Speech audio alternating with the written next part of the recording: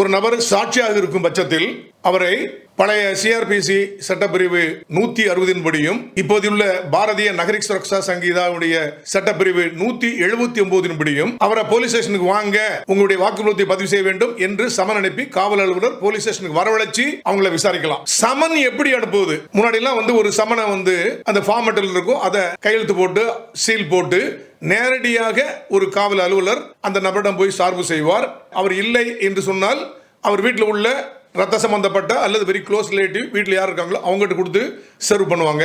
அவர் வாங்க மறுத்துட்டாங்க, இல்லை அப்படின்னா அவங்க வீட்டில் ஒட்டி 2 சாட்சிகள் முன்னாடி ஒட்டி நாங்கள் சமன சார்பு செய்தோம் அப்படின்னு சொல்லுவாங்க. தபாலில் கூட அனுப்புவாங்க. இப்போ பாரதிய நகரிக் சுரக்ஷா சங்கீதாவில் எலக்ட்ரானிக் மீன்ஸ்ல எல்லாம் பண்ணும்போது அப்ப இப்பவும் சமன் வாட்ஸ்அப் மூலமாகவோ அல்லது மெயில் மூலமாகவோ அல்லது SMS மூலமாகவோ சமன் அனுப்பலாமா அப்படின்னா இந்தியாவுடைய உச்சநீதிமன்றத்தில் நீதியரசர்கள் MM சுந்தரேஷ் மற்றும் ராஜேஷ் என்ற அந்த நீதியரசர்களுடைய பெஞ்சில் இனிமேல் 179 பாரதிய நகரிக் சுரக்ஷா சங்கீதாவில் சமன் அனுப்பணும் அப்படின்னு சொன்னா அந்த சமன் ஏற்கனவே அனுப்பப்பட்ட முறையில் நேரடியாக சென்றுதான் சார்பு செய்யப்பட வேண்டும் தவிர இனிமேல் வாட்ஸ்அப் மூலமாகவோ அல்லது SMS மூலமாகவோ மெயில் மூலமாகவோ நீங்க சமன் அனுப்புனா அது செல்லாது அப்படின்னு சொல்லிட்டாங்க.